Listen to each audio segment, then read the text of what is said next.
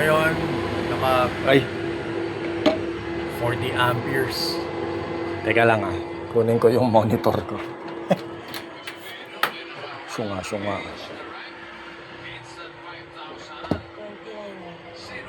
Ayan.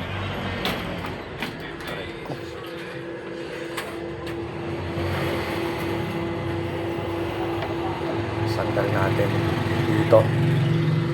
Ayan. Right now, 13.8, 31 amperes. It says sa Elojoy 40. 31 lang. Ma-under yung rep. So, measure. Let us measure using the clamp meter naman. Kasi inverter and loads madali i-measure kasi may tignan natin yung actual na going down sa battery. Ito. Yung from the Elojoy wire, yellow and black. Ito, kunin natin si black. Yan, 39. Sa positive tayo kumuha. Yan, 37.7. Dito.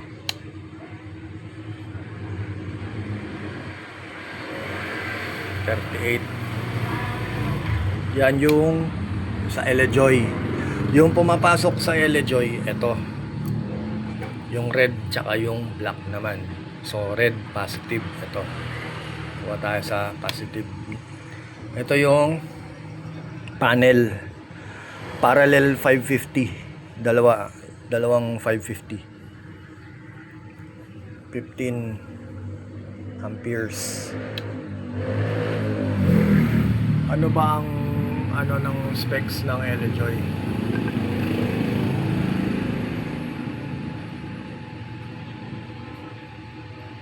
$1785 10-30. Pero sa ampere niya, kukunin niya lang naman kung ano yung rating niya. Up to 40 amperes lang yung maximum niya. Kasi nga 600 watts lang yan. Plus system losses. So, yung panel ko pa lang 16 na. Panel pa lang yan. Panel pa lang. Pag nag-drop sa Elojoy yan, 41.5. Paglabas from Elojoy. Okay. 40.1. Sa battery monitor ko, nagdi-display siya ng 13.8, 31 ampere charging. Kasi maandar yung appliance sa loob. Yun.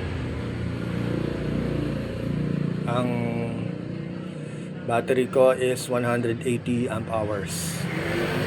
Estimated full time 37 minutes. 90 na lang kasi, 90% na lang. 13.7. So may 30 minutes pa sa ganyang kondisyon. Yan. Ma-under si fan ni Elojoy. Maengay.